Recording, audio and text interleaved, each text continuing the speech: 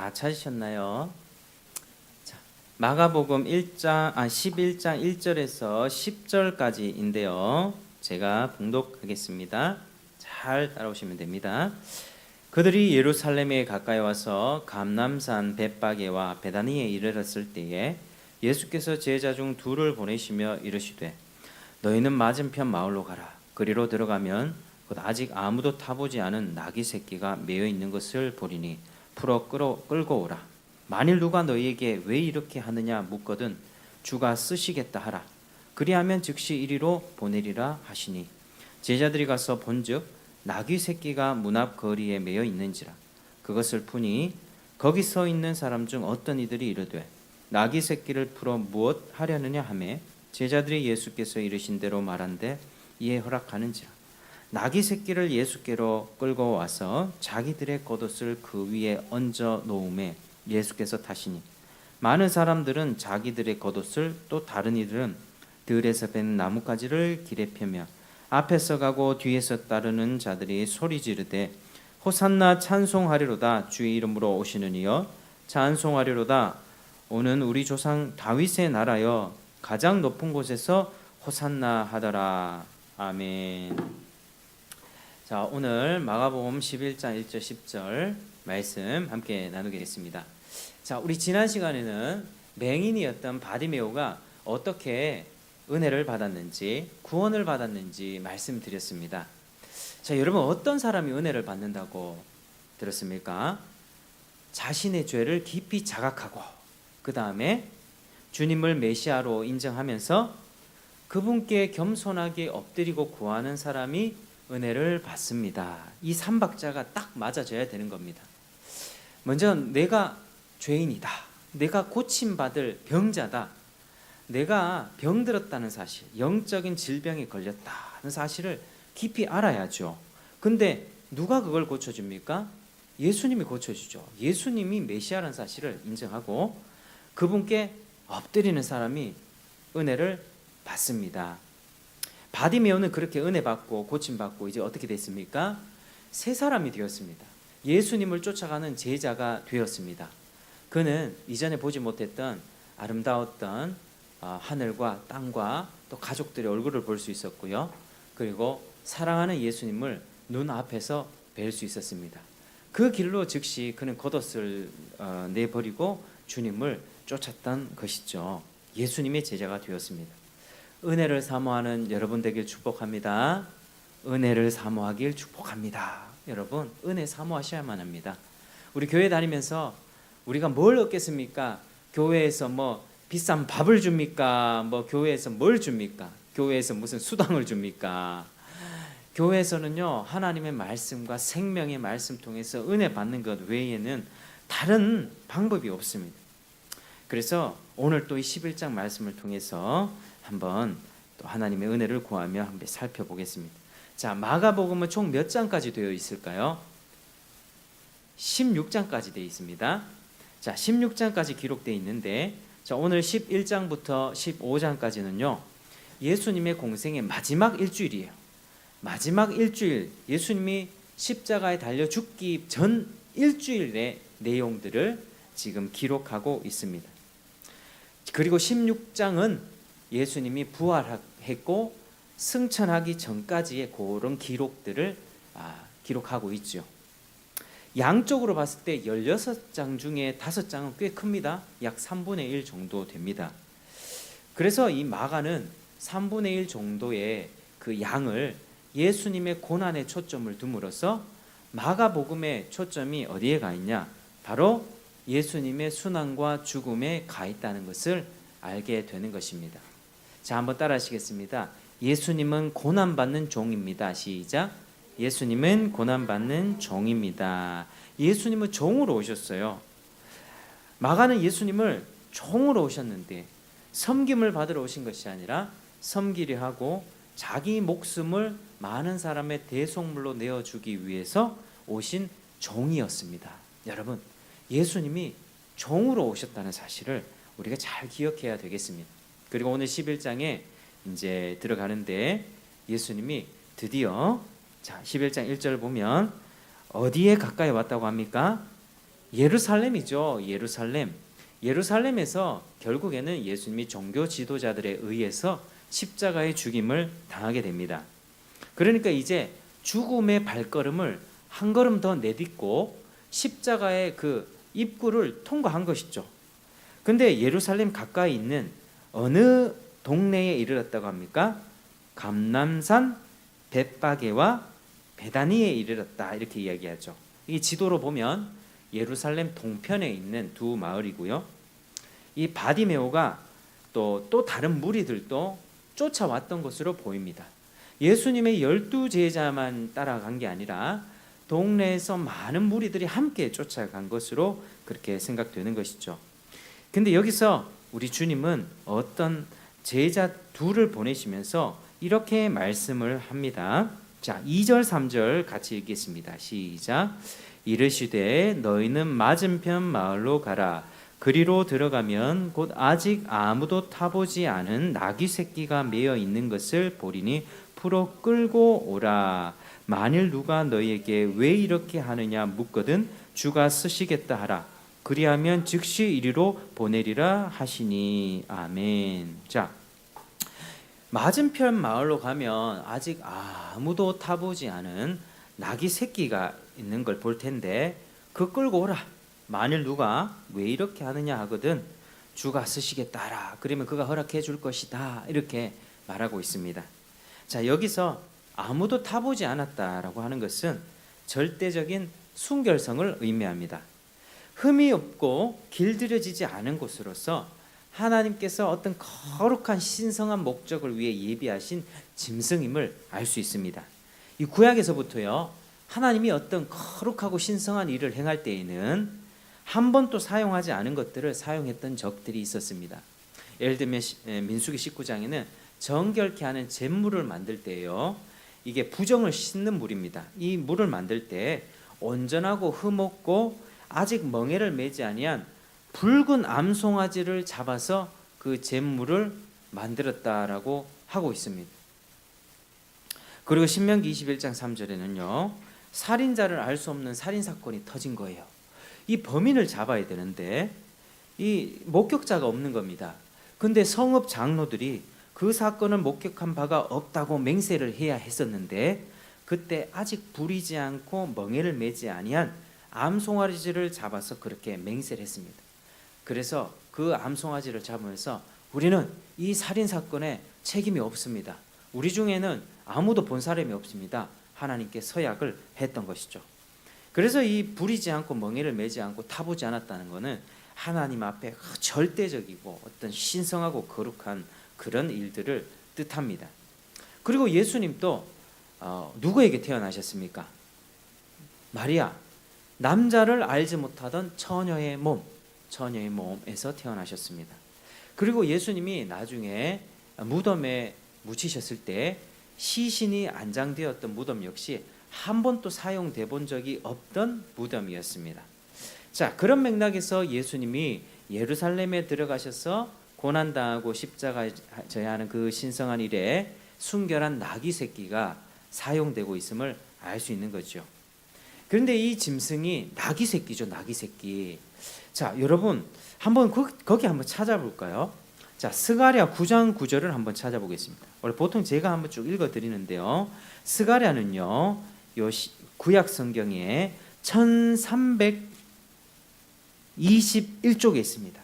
구약 성경 1321쪽. 네. 1321쪽에 스가랴 9장 9절. 자, 혹시 찾으셨습니까?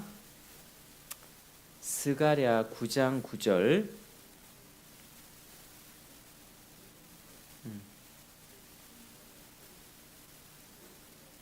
자, 같이 한번 읽어볼까요? 스가랴 9장 9절 시작. 시온에 따라 크게 기뻐할지어다. 예루살렘에 따라 즐거이 부를지어다. 보라, 내 왕이 내게 임하시나니 그는 공의로우시며 구원을 베푸시며 겸손하여서 나귀를 타시나니 나귀의 작은 곧 나귀 새끼니라. 아멘. 자, 이 말씀이요, 스가랴 9장 9절에서 예수님이 이렇게 나귀 새끼를 탈 거라고 미리 예언을 했습니다. 여러분, 공의롭고 구원을 베푸시는 왕이 임하실 건데, 예루살렘 딸들아, 시온의 딸들아, 크게 기뻐하라, 즐거워하라. 네 왕이 임하시는데 공의롭고 구원을 베푸시며 겸손하여서 나귀를 타시는데, 나귀의 작은 것 나귀 새끼를 타신다, 이 말입니다. 여러분, 스가랴는요 구약의 끝책이죠. 거의 마지막 책인데요, 이 나중에 이 이스라엘 백성들이 포로에서 돌아옵니다. 하나님 말씀 너무 안 들어가지고요, 맨날 우상 숭배하고 이방 민족 따라가다가 믿지 않는 여자들과 결혼해서 하나님 앞에 우상 숭배해서 두드려 맞고 나라를 빼앗깁니다. 근데 그 나라를 빼앗긴 다음에 70년간 고생한 다음에 다시 하나님이 돌려보내 주세요. 돌려보내주면 그때 다시 스룹바벨이라고 하는 지도자 밑에서 성전을 세웁니다. 그게 스룹바벨 성전이고요, 이스라엘 유대인이 귀환이 된 것입니다. 그래서 이렇게 그때에 학개와 함께 사역했던 선지자였습니다. 하나님의 말씀이 이러하니 이렇게 살아라 라고 했던 사람이, 설교했던 사람이 스가랴죠. 그러니까 스가랴서가 쓰여진 시기는요 약 BC 500년입니다. BC는 뭐죠? Before Christ, 예수님이 오시기 전 500년 전에 이 내용이 기록된 것이죠. 그래서 스가랴 9장 9절에 500년 전에 예수님이 이렇게 올 거라고 하는 것을 예언하고 있습니다. 여러분, 놀랍지 않습니까? 이제 성경을 이제 자주 보고 하다 보니 이런 내용들이 익숙해서 조금 덜 놀랄 수 있습니다. 저 같은 경우는. 근데 여러분들은 놀라셔야만 합니다. 왜냐하면요, 예수님이 나귀 새끼를 탄다는 내용이 그대로 있기 때문이죠. 메시아의 이 스가랴 내용 전체는 조금 어려운 부분들이 있습니다. 환상도 나오고 그런 내용들이 있어서 여러 자료, 우리 선배님들이 공부하고 연구했던 주석들을 참고해서 주의 깊게 공부를 해야 되는 책인데요, 특별히 메시아의 임함에 관한 내용들이 있는데 그중 하나가 지금 읽었던 스가랴 9장 9절입니다. 그분이 왕으로 오셔서 구원을 베푸시는데 너무 겸손하셔서 나귀 새끼를 탄다라고 하는 것이죠. 예수님이 오시기 전 몇 년 전에요? 500년 전에 이미 이 일을 예언하시고, 예수님은 기록된 예언을 성취하기 위해서 이 일을 하시는 것입니다. 여러분, 세상의 모든 일이 우연처럼 보이시죠? 그렇지만 모든 일들이요 조각과 퍼즐이 맞춰지듯 하나님의 뜻에 정교하게 구체적으로 그렇게 이루어집니다. 나귀 주인은 이걸 알고 나귀를 키웠을까요? 나귀 주인은 그냥 그 나귀를 자기 자신이 살고 있던 삶의 배경 속에서 그냥 키웠던 것입니다. 그리고 그때까지 나귀 새끼 한 마리가 태어난 거죠. 그리고 새끼를 메어 놓았을 뿐인데, 그리고 제자들이 와서 그것을 가져갈 때 이 누군가가 제자들에게 물으면 그 주가 쓰시겠다 하면 풀어줄 것이라고 하는 그 모든 일상적인 일들이죠. 나귀 새끼 키워가지고 매놓고 사람 찾아오고 물어보고, 그죠? 그런데 이 일상적인 모든 일들이 주님의 뜻을 이루고 있다는 것입니다. 한번 따라하겠습니다. 일상이 주님의 뜻을 이루고 있습니다. 일상이 주님의 뜻을 이루고 있습니다. 나귀 주인도 몰랐을 거예요. 제자들도 자신들이 스가랴 9장 9절의 예언을 성취하고 있음을 몰랐을 것입니다. 나중에는 성령께서 계시해 주셔서 이 마가복음 같은 책을 기록하게 되면서 알게 된 것이죠. 주님은요 정확하게 이루어 가십니다. 우리 주님이 아주 한치의 오차도 없이 정확하게 이루어 가십니다. 세상은 요지경이죠. 혼란 속이죠. 어려움에 젖어 들어가지만, 그러나 우리 주님의 뜻은 영원합니다. 따라하시겠습니다. 주님의 뜻은 영원합니다. 주님의 뜻은 영원합니다. 아멘. 모든 것이 합력하여 주님의 뜻을 이루어 가실 것입니다. 여러분은 이것을 확신하시길 바랍니다. 내 삶이 너무 괴롭고 좌절스럽고 우리나라의 경제 상황, 국제 정세, 온 세상이 어떻게 이렇게 돌아가겠냐, 우리는 절망에 빠질 수 있지만 하나님이 그렇게 우리의 일상 속에서 주님의 뜻을 한치의 오차도 없이 정확하게 이루어 가십니다. 확신하시길 바랍니다. 우리 주님의 뜻이요, 세계 역사 속에서 얼마나 정확하게 성취되어 있는가, 그것들을 우리가 다니엘서를 보면 확인할 수 있는데, 다니엘도 선지자였습니다. 그런데 이 하나님이 이 다니엘서의 후반부에 보면 환상들을 주세요. 7장에서 12장에. 근데 그 환상들이 얼마나 정확해져 가는가.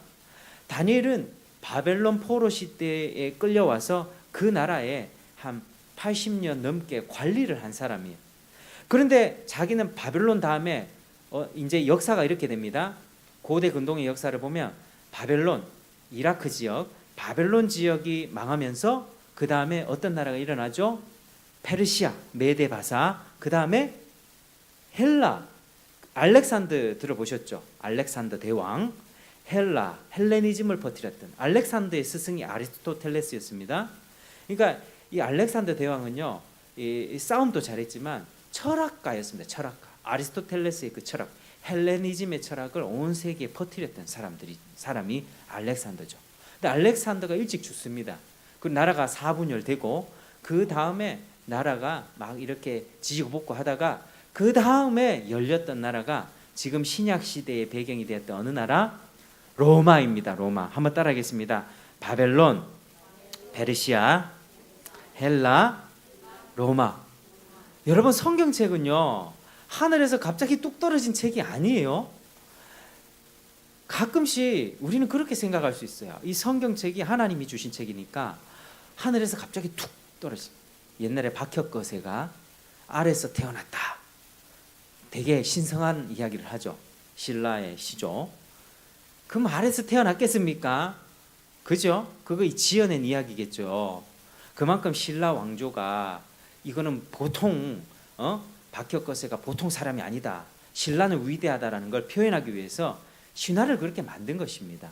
근데 성경책도요, 갑자기 뭐 이런 내용들이 하늘에서 뚝 떨어지고 이렇게 픽션, 신화, 전설이 아니라요, 후대의 사람들이 짜집게 한 책이 아니라 하나님께서 정확하게 그 뜻을 계시해 주시고 그 뜻을 이루어가는 과정 가운데 하나님의 계획 속에서 우리의 구원에 필요한 말씀들을 적당히 담아주셨다는 것이죠.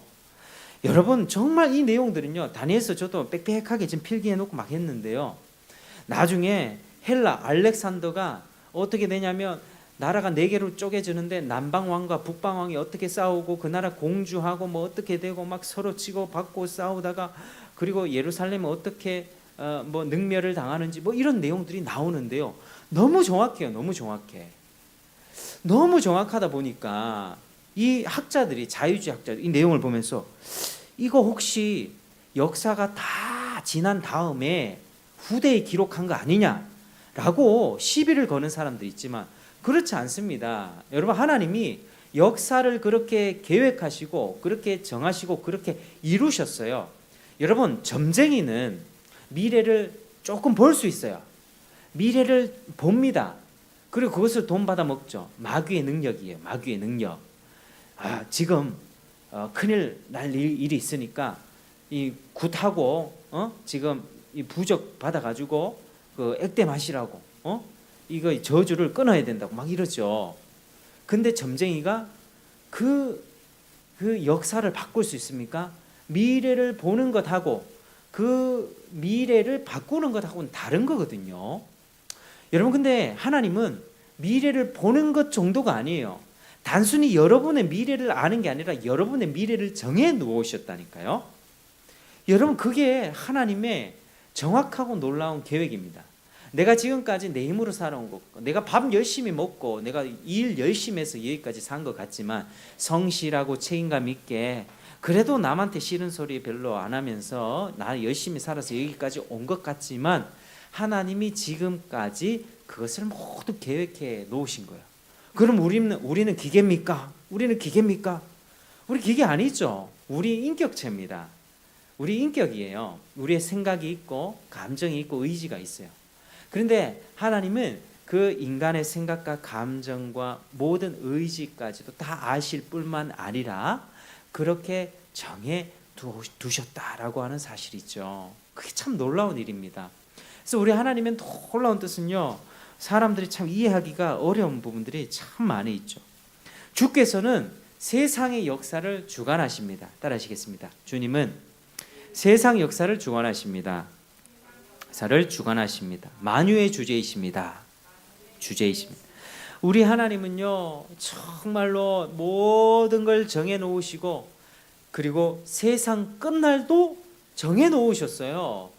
언제 세상이 끝날지, 그리고 내가 언제 죽을지 전 몰라요. 지금 어떻게 될지. 42살 살았지만 50 살지 60 살지 제가 어떻게 알겠습니까? 하나님이 정해 놓으셨다니까요. 그리고 때가 되면 너 오늘 하면 저는 가야 되는 거예요. 우리 여러분들도 마찬가지입니다. 하나님은 세상 모든 역사를 자기 뜻대로 경영하시는 만물의 주관자, 주제이십니다. 그리고 하나님의 예언대로, 예수님의 말씀대로 그 모든 일들이 일어납니다. 오늘 보십시오. 그대로 일어나지 않습니까? 다시 마가복음에 돌아가서, 마가복음 우리 11장으로 다시 돌아가서 보면 그대로 일어나지 않습니까? 4절 6절 같이 한번 읽어볼까요? 4절 6절 시작. 제자들이 가서 본즉 나귀 새끼가 문 앞 거리에 매여 있는지라 그것을 푸니 거기 서 있는 사람 중 어떤 이들이 이르되 나귀 새끼를 풀어 무엇 하려느냐 하매 제자들이 예수께서 이르신 대로 말한데 이에 허락하는지라. 아멘. 그렇죠. 예수님이 금방 말씀하신 것 그대로 일어납니다. 가보니까요, 나귀 새끼가 진짜 있었어요. 그리고 그것을 푸니까 어떤 사람이 물어봐요. 뭐하냐? 새끼를 풀어서 뭐하려 하니? 제자들이 예수님이 말씀하신 대로 이거 주님께서 쓰시겠다고 합니다 하니까 그대로 보내준 거예요. 예수님이 말씀하시니 그대로 된 거예요. 여러분, 예수님이 바람아 파도야 잔잔하라 어떻게 됐습니까? 바람과 파도가 잔잔해졌어요. 풍랑이 잔잔해졌습니다. 죽은 나사로에게 나사로야 일어나라 어떻게 됐어요? 죽은 사람이 살아났어요. 지난 시간 바디메오에게 바디메오야 내가 너에게 뭘 하기를 해주기를 원하느냐? 주여 제가 보기를 원합니다. 가라 내 믿음이 너를 구원하였다. 그 즉시 눈이 떠진 것이죠. 우리 주님의 한 말씀 하나면요, 세상이 살기도 하고 죽기도 합니다. 내 인생이 흥하기도 하고 쇠하기도 해요. 내가 생명을 얻기도 하고 사망으로 치닫기도 합니다. 우리 주님이 그렇게 세상을 운행해 나가시는 것이죠. 여러분, 주님이 만유의 주제라는 사실을 절대 잊으시지 말길 바랍니다. 주님은 만유의 주제이십니다. 우리는 불확실하지만 그분의 세상 경영을 믿고 나아갈 때 우리 삶도 안전할 수 있고 또 주님 앞에 살아갈 수 있다라고 하는 사실이죠. 그렇게 예수님은 나귀 새끼를 타세요. 근데 그때 사람들이 자기 겉옷을 펴서 그 위에 얹어놓고 그리고 예수님께서 그 위에 탑니다. 바닥에도 옷을 벗어서 깔아요. 나뭇가지도 길에 펴고 소리 지르고 있습니다. 왕이 즉위하신 것입니다. 왕이. 사람들은 예수님을 메시아로 인정합니다. 자, 9절 10절 같이 시작. 앞에서 가고 뒤에서 따르는 자들이 소리 지르되 호산나 찬송하리로다 주의 이름으로 오시는 이여 찬송하리로다 오는 우리 조상 다윗의 나라여 가장 높은 곳에서 호산나 하더라. 아멘. 여러분, 이게 호산나가 무슨 뜻이냐면 호산나 들어보셨나요? 뭐 호산나 뭐 이런 무슨 음향기기 뭐 호산나 뭐 출판사 이런 게 많이 있거든요. 호산나는 따라하시겠습니다. 지금 구원하소서 부디 구원하소서 이런 뜻입니다. 그러니까 주님, 우리는 주님께 간구합니다. 지금 우리를 구원해 주시고 승리와 번영을 주십시오. 이렇게 국가 회복에 대한 소원을 외치고 있는 겁니다. 지금 이 시대 배경이 어느 나라라고 했죠? 예수님 시대 따라하시겠습니다. 로마 시대에 로마 사람들의 좌우명은요, 황제의 이름으로 인민을 통치하라예요. 황제의 이름으로 인민을 다스려라. 로마 사람들은요 굉장히 강인했어요. 주변의 민족들을 정복하는데 혈안이 된 사람들입니다. 그래서 이 로마의 강인한 군대력으로 그렇게 제국을 확장할 수 있었죠. 유대 땅, 이스라엘 땅도 아주 작았지만 그때에 로마의 식민 통치를 받으면서 굉장히 괴로워하고 있었습니다. 주님이 오시리라고 한 메시아는 어디 언제 옵니까? 어디서 옵니까? 우리 지금 로마로부터 압제당하고 있고 우리나라 빼앗겼는데 다윗의 왕국, 다윗의 영광은 다 잃어버렸는데 도대체 언제 오실 겁니까? 주님 오시옵소서라고 하는 내용이 바로 지금입니다. 호산나 찬송하리로다.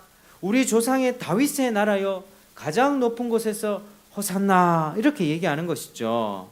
이거는 시편 118편에도 나온 거예요. 여호와여 구하옵나니 이제 구원하소서. 여호와여 우리가 구하옵나니 이제 형통하게 하옵소서. 이렇게 자신들의 처량한 처지를 구원해달라. 우리 이스라엘 국가를 구원해달라. 그렇게 말씀하고 있는 것입니다. 그런데 이 사람의 외침 속에는요, 승리하고 정복하는 메시아만 있습니다. 고난당하고 죽는 메시아 없습니다. 여전히 그들 생각 속에 깊숙이 자리 잡은 정치적 메시아관으로 예수님을 보고 있는 것입니다. 이들은 어떤 관으로 본다고요? 따라하시겠습니다. 정치적 메시아관. 정치적 메시아관. 자, 가장 어느 곳에서요? 가장 높은 곳에서 호산나 이렇게 얘기하죠. 가장 높은 곳에서, 가장 영광스러운 곳에서 우리를 구원하소서 이렇게 얘기하는 것입니다. 높은 곳에서 당신의 권력과 힘과 능력으로 무력으로 세상을 평정하고 이스라엘 구원과 독립을 이루어 주십시오 이렇게 얘기하는 것입니다. 그런데 이것은 반쪽짜리입니다. 지난주에도 계속해서 말씀을 드리는 거지만 그분은 구원을 베푸실 때에 어떻게 베푸십니까? 가장 높은 곳에서가 아니라 가장 낮아지셔서 비천한 모습으로 말구유에서 태어나시고요, 인간의 몸으로 오셔서 그분은 가난한 가정에서 살아가시고 십자가라고 하는 로마의 가장 잔인한 형벌을 받으면서 구원을 베풀어 주신 것입니다. 시편 118편에 건축자가 버린 돌이 집 모퉁이의 머릿돌이 되었나니 이는 여호와께서 행하신 것이요 우리 눈에 기이한 바로다 이렇게 말씀합니다. 주님이 버려지는 방식으로 교회를 이루고 사람들을 구원하실 거라는 말씀입니다. 주님이 십자가에 반드시 달려서 사람들에게 조롱당하고 욕먹고 채찍맞고 창에 찔려 죽으면서 십자가에서 목숨을 잃으면서 사람들을 구원할 거라고 하는 예언들이 구약 시편에서부터도 나오는 것이죠. 여러분, 버려진 돌이 하나님 나라의 모퉁이 돌이 되는 것이 하나님의 계획이요 예수님이 구원을 이루시는 방식입니다. 그분은 높은 곳이 아니라 어디요? 철저히 낮아지셔서 비천한 자리에서 구원을 베푸셨습니다.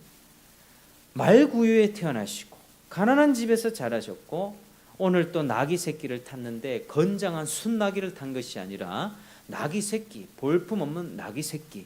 여러분 대통령이 다 오는데 최소한 에쿠스 좋은 자동차 아우디나 BMW 좋은 자동차를 몰고 와야지 그게 우리말로 뽀대가 나죠. 대통령이라 한다면 그런 대형차를 몰고 와야 이 사람이 뭔가 있는갑다 이래 되는데 예수님은 나귀 새끼, 그러니까 지금으로 따지면 티코 같은 자동차 몰고 온 거예요. 마티즈. 그러니까 우리 주님이 얼마나 겸손하게 자기의 신분을 그렇게 드러내시고 또 내가 당해야 되는 그런 구원의 길이 이렇게 낮아진 상황 가운데 죽고 고난당하면서 구원을 이루실 것이다 라고 하는 것을 이런 방식으로 알려주신 것입니다. 이사야 53장에도요 요 예수님 오시기 전에 800년 전의 예언인데 예수님이 오시는데 고난 당하는 종으로 온다 그렇게 말씀합니다. 여러분, 예수님은 철저히 그렇게 오셨습니다. 십자가의 죽음, 우리를 대신하여 형벌 대신 받으신 죽음, 대속만이 하나님과 화평을 이루는 유일한 길이라는 것을 보여주신 것이죠. 다른 방법이 없습니다. 예수님은 강한 능력을 가지고 높은 곳에서 마귀를 굴복시킨 것이 아닙니다. 강제적인 명령으로 마귀를 해산시킨 것이 아니에요. 가장 낮은 신분으로 희생과 죽음으로 마귀 세력을 실제로 꺾었습니다. 이로써 예수님을 믿는 자는 마귀 손에서 벗어나서 하나님과 평화를 이루고 그분의 자녀가 되는 것이죠. 특별히 나귀가 의미하는 것은 평화입니다. 평화. 예수님은 평화의 왕으로 오신 것을 알게 하는 것이죠. 예수님의 십자가로 사람과 하나님 사이의 평화, 화평을 이루기 위해서 오신 평화의 왕이신 것입니다. 한번 따라 하시겠습니다. 예수님은 평화의 왕으로 오셨습니다. 무력에 의한 평화는 얼마 가지 않아요. 로마의 평화도요. 팍스 로마나 들어보셨죠? 로마의 평화도 강력한 힘으로 만든 평화는 200년밖에 가지 않았습니다. 200년 후부터는 이 밑에 다른 강대국들이 다시 치고 올라오고요. 막 나중에 게르만 민족한테 망하게 되는데 힘이 없어지면 이 제국의 평화는 유지가 될 수가 없어요. 그런데 이 평화는 언제나 긴장이 있고, 그리고 어느 순간 2인자가 힘과 권력을 가지고 1인자로 딱 올라서면 그 평화는 깨지는 거예요. 그 자리는 바뀌는 것입니다. 세상은 그런 평화입니다. 그러나 우리 예수님은 진정한 평화, 샬롬을 이루셨습니다. 마귀의 권세를 꺾으심과 동시에 믿는 자의 마음을 근본적으로 변화시켜서 자발적으로 하나님이 종이 되게 하셨습니다. 여러분, 이렇게 누군가가 여러분에게 총칼을 탁 들이대면서 너 예수 믿어? 안 믿으면 죽을 거야? 내가 너의 목숨을 빼앗아갈 거야. 칼을 딱 들이대면 예수를 믿을 사람이 있겠죠. 목숨 아까우니까. 그런데 우리 주님은 그런 방식으로 하셨다라고 하지 않으신 것입니다. 총과 칼을 들이대면서 야, 너 믿어? 너 믿으란 말이야. 강요가 아니라요. 자기가 몸소 희생하셨다니까. 내가 받아야 되는 벌을 예수님이 직접 받으셨고, 그리고 감동감화시키면서 내 마음 자체를 바꿔버리시면서 스스로 굴복하게 하셨습니다. 총과 칼을 들이미면서 믿어가 아니라 우리는 스스로 굴복하는 사람들이, 예수 믿는 사람들이 왜 주일날 자발적으로 교회에 옵니까? 왜 자발적으로 이 좋은 날에 놀러 안 가고 예수 믿고, 그리고 자신의 물질을 가지고 헌금도 바치고 성도들에게 베풀기도 합니까? 왜 그렇게 삽니까? 강요된 것입니까? 너 그렇게 가야지 천국까지. 너 그렇게 가야지. 이렇게 예수님이 강요하셨어요? 하나님이 강요했습니까? 억지로 끌려왔습니까? 그거 아니죠. 예수님을 믿는다는 것은 그분의 사랑에 감동 감화받아서 내가 자발적으로 굴복하여 하나님을 섬기는 것입니다. 하나님과 평화를 그렇게 이루게 된 것이죠. 그래서 예수님은 평화의 왕이십니다. 평화의 왕이십니다. 하나님과의 평화를 이렇게 이루셨다라고 하는 것이죠. 여러분, 오늘 예수님이 예루살렘에 입성하신 사건은 이 예수님이 당당하게 자신의 정체성을 드러낸 사건입니다. 이제 자신이 당하게 될 십자가를 생각하면서 더욱 낮아진 평화의 왕으로 오셨다는 것을 보이신 것이죠. 그동안 사람들에게 자신을 많이 막으셨어요. 사람들에게 입을 막으셨어요. 내가 누구인지 말하지 말라. 근데 이제 때가 되는 거예요. 모든 것이 하나님의 정확한 때에 따라서 이루어진다고 말씀드렸죠. 그 때가 이루어지는 것을 알고, 주님 또 내가 이제 곧 죽어야 되는 때가 오는구나. 우리 하나님의 뜻에 따라서 자신의 정체성을 오픈하시고 그렇게 십자가의 관문을 통과하셨다라고 하는 것입니다. 여러분, 모든 것이 하나님의 시간표에 맞게 역사가 진행되는 가운데 하나님은 사람들의 일상생활, 오늘 아침에 김치 먹고 된장찌개 먹고 어제 반야월 시장 가서 파를 사고 그렇게 요리해 먹고 살아가는 일상 속에서 아무렇지도 않고 하나님과 관계없는 것 같은 그런 아주 평범한 하루하루의 일상 속에서, 그렇지 않습니까? 그리고 저녁에 산책 갔다가 들어와서 저녁 먹고 잠을 자고 하나님과 관계없어 보여요. 그래, 나는 그렇게 사는 거예요. 그런데 하나님이 그 일상 속에서 하나님의 뜻을 이루신다고 하는 것이죠. 여러분, 스갈의 예언도 그렇게 이루셨습니다. 이사야의 예언도 그렇게 이루셨고요. 시편의 예언도 그렇게 이루셨습니다. 그렇게 하나님과 사람 간의 평화를 이루는 평화의 왕으로서 절정의 사역, 십자가 사역을 곧 하게 되는 것이죠. 사랑하는 여러분, 모든 것이 하나님의 뜻대로 흘러갑니다. 그리고 하나님의 뜻대로 사용하십니다. 보십시오. 이 나귀가요, 우리 예수님 겁니까? 예수님 거 아닙니까? 이 나귀 주인이 있잖아요. 나귀 주인이 있습니다. 그런데 그 나귀 주인보다도 그 나귀의 본래 주인이 예수님이에요. 예수님. 마가복음 5장에 거라사 광인이 나오죠. 귀신 들린 사람이 나오는데 그 사람이 구원받기 위해서 우리 주님은 그 귀신을 쫓아보내면서 어디로 보내셨습니까? 돼지 2,000마리. 돼지 2,000마리를 한 번에 잡으셨어요. 그 귀신 들린 사람 구원하시려고. 근데 돼지 주인들은 어떠합니까? 내 재산 잃었네. 돼지 2,000마리 어떡하나? 이거 돼지 2,000마리 어떡하나? 그러면서 예수님 다른 마을로 옮겨주십시오. 예수님 계속 계시다가는 귀신 들린 사람 쫓아내면서 돼지 2,000마리 아니라 3,000마리 4,000마리 우리 재산 손해볼 것 같습니다. 예수님 제발 가주십시오. 이렇게 얘기했습니다. 여러분, 세상 모든 것은요 주님의 것이에요. 주님의 것. 내가 가진 생명, 내가 가진 옷, 내가 가진 자동차, 내가 가진 통장의 계좌의 잔고, 내가 받는 매달의 월급 다 주님의 것이에요. 그리고 주님 것을 주님의 뜻대로 사용하시는 것입니다. 그걸 우리에게 맡겨주신 거예요. 우리가 맡겨주신 거예요. 누구는 많이 맡길 수 있어요. 하나님의 뜻대로 더 많이 사용하라고. 누는 적게 줄 수 있어요. 그릇이 작으면 작게 주십니다. 근데 하나님께서 그런 것들을 다 주셨다가 하나님의 때 하나님 사용하시겠다고 하면 그거 가져오너라. 하나님은 우리의 생명까지도 사용하시고요. 우리의 또 물질까지도 사용하십니다. 여러분이 이 교회가 만들어지기 위해서 얼마나 많은 사람들이 헌신해 주시는지 아십니까? 이 교회 예배당이 만들어지고 유지하기 위해서 이 건물 인테리어 그리고 모든 물건들 이 안에 채워져 있는 많은 것들 제 돈으로 한 게 하나도 없어요. 하나님 이 사람 통해서 저 사람 통해서 이 사람 통해서 저 사람 통해서 그리고 우리가 그 재정이 있으면 또 우리도 가난하고 불쌍한 사람들에게 흘려보내면 하나님이 또 채워주시고 또 흘려보내면 하나님의 뜻이다라고 생각하면 흘려보내면 하나님이 또 채워주시고 정말 하나님이 그렇게 일을 해가세요.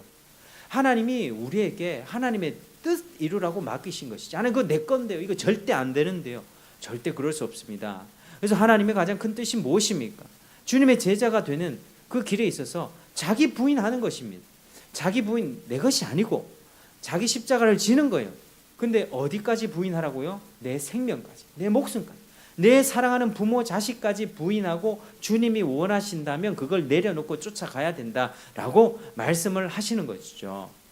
여러분, 기독교 신앙생활은요 자발적으로 그러한 삶을 사는 것입니다. 왜? 하나님의 사랑에 감동 감화받아 그분의 희생과 그분의 십자가 죽음에 그분의 겸손함에 내가 감화되어서 성령의 감화 감동 받아 굴복되어서 자발적으로 엎드리고 그렇게 주님께 나의 삶을 바치며 사는 것입니다. 절대로 기독교는요 야 헌금 갖다 바쳐 강요 받아서 신앙생활 하는 거 그거 절대 올바른 신앙 아닙니다. 누군가는요 이렇게 벌벌 떨면서 헌금을 내. 한 100만 원을 만약에 낸다고 칩시다. 100만 원 큰 돈입니다. 큰 돈을 교회에 헌금을 내요. 근데 이 돈 막 좀 마음은 내기 싫은데 왠지 안 내면 벌 받을 것 같고 왠지 내야지 내가 복 받을 것 같고 이런 마음에 반신반의하면서 내거든요. 근데 하나님 그거 기뻐하지 않으세요. 하나님이 100만 원 없어서 야 100만 원 갖고 와 이렇게 하시겠습니까? 아니에요. 우리 자식 키워보면 아시지 않습니까? 자식이 뭐 돈 10만 원 100만 원 갖다 줘서 우리가 자식 기뻐합니까? 아니죠. 이 아이들이요 용돈 1,000원 받아서 사탕 하나 사와서 야네들이요 전에 할아버지 생일날 사탕을 사서 할아버지 생일날 생일 선물 드릴게요 하면서 사탕을 드리러 할아버지가 그 사탕 300원짜리 500원짜리 그 사탕 그게 뭐라고 근데 기뻐하는 거죠. 할아버지는. 여러분 그게 그거예요. 하나님의 마음은요. 하나님 우리에게 너 억지로 그거 갖다 내가 아니라 그 사랑을 먼저 알기를 원하시고 그 사랑에 감동되어서 자발적으로 하나님 앞에 드리길 원하시고 그리고 하나님을 위해서 살기를 원하시는 것입니다. 여러분 세상은 그렇게 그냥 흘러가는 건 아닙니다. 철저하게 하나님의 계획대로 흘러가고요. 그 계획 중간에 누가 있습니까? 우리가 있습니다. 우리가. 한번 따라해 주시겠습니다. 우리는 역사의 중심입니다. 우리는 역사의 중심입니다. 여러분, 역사의 중심 교회가 있어요. 세상 종말이 언제 오는지 아십니까? 세상 종말은요, 마지막에 최후에 주님이 선택하신 사람이, 예정한 사람이 딱 구원받습니다. 인류의 모든 사람이 다 구원받아요. 하나님이 창세전에 예정하셨습니다. 그런데 그 모든 사람들이 돌아와야 이게 끝이 나요. 이 세상이 끝이 나고 새로운 세상이 열립니다. 그러니까 교회가 중심인 거예요.